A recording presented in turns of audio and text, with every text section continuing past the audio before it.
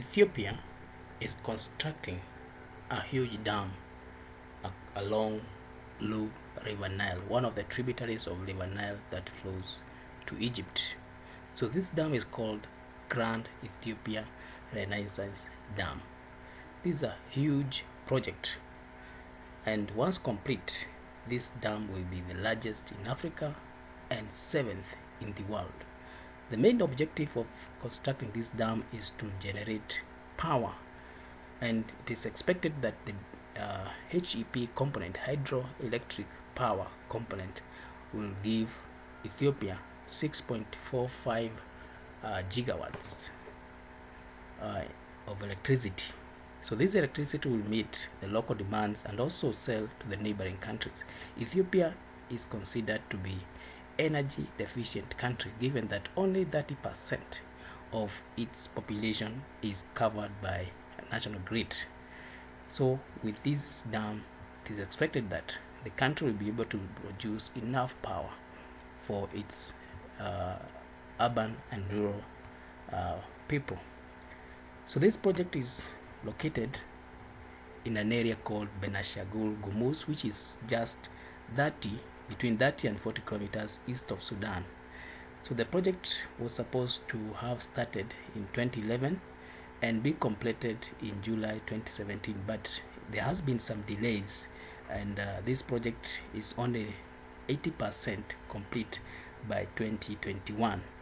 So the project will have a reservoir capacity of 74 billion cubic meters, and its budget, the EPC component, engineering, procurement and construction, was expected to cost $4.7 billion. The project is owned by the government of Ethiopia through its Ethiopian Electric Power Corporation, EEPCO. The project has a unique funding model, and due to opposition that the project was receiving from Egypt, Sudan, and environmental activists, the government decided to use a unique model that avoided borrowing from international financial institutions such as World Bank, because it feared that they might be influenced by Egypt. So what happened is that the Ethiopia government issued an infrastructure board where the citizens of Ethiopia subscribed to this bond and contributed the money that was required to build this dam. Other sources included mobilization of donations from the local people and also diaspora community. The other part of the money that was required to build this dam was borrowed as loan from friendly countries such as China. So the dam is being constructed by an Italian company. This dam has been constructed with a lot of secrecy. Remember, we have said that it is facing some opposition, as you are going to see later, from Egypt and Sudan. During its planning stage, it was codenamed Project X. It later came to change its name to Millennium Dam, and later to this current name, which is Grand Ethiopian Renaissance Dam. And that name has a meaning, because Ethiopia is reawakening. It was once a giant, and now it's reawakening to capture its past position. So this dam was planned in secrecy, because it was feared that if Egypt and Sudan came to know that Ethiopia was constructing this project, they could have gone to court, or they could have used means to prevent the construction of this dam. So they did everything in secrecy. Actually, the project came to be known when the foundation stone was being laid in 2011. So in terms of project design, the site where the dam is being constructed was identified when the US Bureau of Reclamation first made a survey of the Blue Nile River between 1956 to 1964, but the dam was not constructed because of the opposition that it received from Egypt, and also the treaties that were in place, and Ethiopia at that time was not very strong. So In 2009 and 2010, further surveys sites were carried out, and the design was made. It was submitted in 2010 November.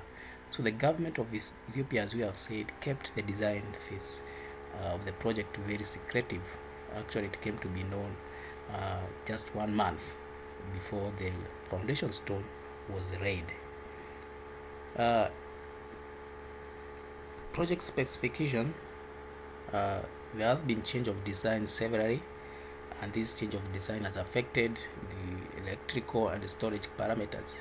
So what was initially planned is not what is being has changed several times, mainly because of some inputs from the committee that was formed to look into this project. The dam will be a Aurora compacted concrete RCC gravity type, and it will comprise of four components. One is the main dam, 2 power stations, there will be 3 spillways, and there will be a saddle dam. The main dam will be 145 meters high, 1,780 meters long. The reservoir will have a surface area of 1,680 meters squared when it's at full supply level. There will be 3 spillways, the main one, the gated spillway, and also the ungated spillways, which will be used for emergency purposes. There will also be a saddle dam, which will be for the purposes of supporting the main dam, and it will be 4.9 kilometers long and 50 meters high. There will be some power stations, actually 2, and these power stations will produce power in terms of 6.45 megawatts. So the benefits that are going to be derived out of this project include generation of hydroelectric power, which will go to the national grid of Ethiopia to fully support the development of the whole country, both in rural and urban areas. So Ethiopia needs this power for the purposes of economic development, and that's why they want to build the project, start feeding the dam, and so that they can start enjoying the benefits of reduced power cost, and also be able to supply power to the whole country, both rural and urban areas. So there will also be generation of revenue through sale of power, but this will only happen if there is surplus. So this power will be sold to the neighboring countries, Sudan, Kenya, and the rest. It is also expected that there will be some 7,000 tons of fish which will be harvested annually, and this fish will be consumed locally, and also some of them will be sold to outside the country. The reservoir of this dam, its beauty might become a tourist destination, so earning the country some income, both foreign and also the domestic tourists might visit the dam, and some revenue will be earned out of that. It is also expected that it will reduce alluvium in Sudan by 100 million cubic meters, and also facilitate irrigation of around 500,000 hectares of new agricultural lands. It will also reduce approximately 40 kilometers of flooding in Sudan once it's completed. The dam is also expected to reduce the capacity of Aswan High Dam in Egypt, and with that it will save about 6 billion cubic meters of water, which goes to waste through evaporation.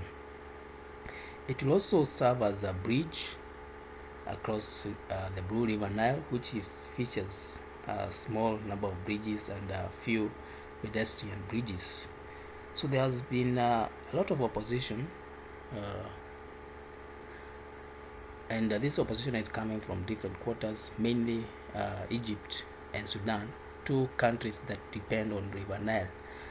So this conflict is coming as a result of some treaties that were signed during the colonial times. Remember, Ethiopia was not colonized, and it has argued strongly that it was not part of those treaties. The treaty in 1902, the treaty in 1929, the treaty in 1959. So to try and resolve the conflicts that has arose out of this dam, so there was a tripartite committee that was formed, comprising of the three countries, Egypt, Ethiopia, and Sudan. And the main reason as to why this committee was formed was to try and to resolve issues regarding the design of the project, how the dam will be filled, and also how Ethiopia will, what Ethiopia will do if there's drought and there's a need to release some water for the purposes of ensuring that the countries downstream do not suffer. So this committee is trying to promote understanding and also look into benefits and impacts that the project will have on three countries. So there was also an international technical committee that came up with a final report of this committee. So final findings of this committee are recommended by the National Technical Committee, and experts found that there was a need to come up with an agreement and guidelines on how different scenarios will be approached, especially when it comes to filling of the dam. So Egypt wants the dam to be filled within a long time. They are suggesting 15 years, but Ethiopia want to fill the dam as quickly as possible. Actually, they wanted to fill the dam within a very short period of time, 3 to 5 years, so that they can start benefiting from the project. And their main aim is to produce electricity. So this conflict has continued. There was no agreement on the filling of the dam, and also on what would happen when there was a drought in downstream countries. So Ethiopia started filling the dam in July 2020 during the heavy rains, and they have been arguing that with filling of the dam, actually what they have done is that they have saved Sudan from flooding, and also Egypt from floods that occurs during the heavy rains. So they are only filling the dam during the heavy rains which occurred in July. So they did it in last year 2020, and they are planning to do it in July 2021. But this has continued to increase tensions between the three countries, accusing where Ethiopia is being accused of making unilateral decision, whereas these two countries feel that they should come up with an agreement on the filling of the dam, but they feel that Ethiopia has gone ahead to fill the dam even without an agreement. So this has led to escalation of tension between the three countries, and Egypt has approached United States and United Nations Security Council to intervene on the matter. It has also there has also been an attempt by AU to try and resolve the conflict. So that process has been going. So the tensions has even gone ahead to a point where Ethiopia and Egypt have been threatening each other. There have been situation where these two countries, the relationship between these two countries is not as good as it has been in the past. So to understand the conflict that has been brought about by these massive project, one has to go back to some 4 treaties which are signed in different periods. One in 1902, which was between Great Britain and Ethiopia. So Great Britain in this case was representing Sudan. So Sudan was colonized by Great Britain, but Ethiopia was not colonized. So these two countries came together for the purposes of agreeing the boundary between Ethiopia and Sudan. But Ethiopia went further in this treaty to commit itself that it's not going to construct or allow construction or any work that might interfere with the flow of water of River Nile. So this is one of the treaties that has been used by Egypt to make its claim that Ethiopia is not supposed to construct any project that may interfere with the flow of River Nile. But Ethiopia feels that by signing this treaty in 1902, they did not commit themselves that they are not going to construct a project for the benefits of its people. What the argument is that they only committed themselves not to construct a project that will obstruct the flow of River Nile. So the other treaty was in 1929. This was between it was a bilateral treaty between Egypt and Britain. Britain, in this case, again was representing Sudan and also its East African colonies of Kenya, Uganda, and Tanganyika. So this treaty recognized the historical and natural rights of Egypt, and it gave Egypt veto power on any construction project along River Nile and its tributaries. So other countries apart from Egypt were not supposed to construct any project along River Nile and in its tributaries. So this also included Ethiopia, and this is the other treaty that Egypt has quoted in an attempt to prevent Ethiopia from building this project. The other treaty was 1959. This was after Sudan gained its independence from Great Britain, and these two countries, Egypt and Sudan, allocated themselves the waters of River Nile. Egypt got the bulk allocation of 66% of the river of the waters, and Sudan got 22%. The rest, 12%, is water that is lost through evaporation. So this treaty did not recognize the rights of upstream countries, including Ethiopia, whose tributary Blue Nile contributes more than 85% of the river Nile. So Ethiopia has rejected this treaty, and also former British colonies, East African colonies, also rejected the treaty, saying that it's not valid. They argued that they had no role in the formation and conclusion of those treaties, so they were not bound. The treaties were between Sudan, Egypt, and the Great Britain, but it's not between the independent countries. So Ethiopia also asserts that there is no legal ground to stop her from using the waters of River Nile. So the obligation that was imposed by the 1902 treaty does not prohibit the country from using the waters of River Nile, even without the consent of Britain, which is now Sudan. But what that treaty prohibited is total blockage of the entire flow of River Nile. So in addition, Ethiopia did not sign or accede to the other Nile water treaties. So they argue that they are not legally bound by the treaties which they are not party to. So these treaties have been rejected by Ethiopia and countries upstream, and they feel that they can use River Nile waters. So to unlock the impasse, it is being recommended that amicable solutions need to be found. And one way of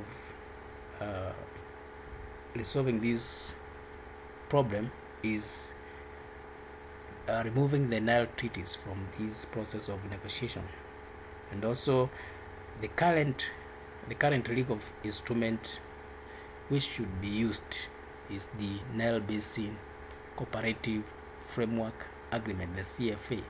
So Nile Basin has 10 countries, and they came up with the Cooperative Framework Agreement, which was supposed to guide these countries on how to manage resources of River Nile.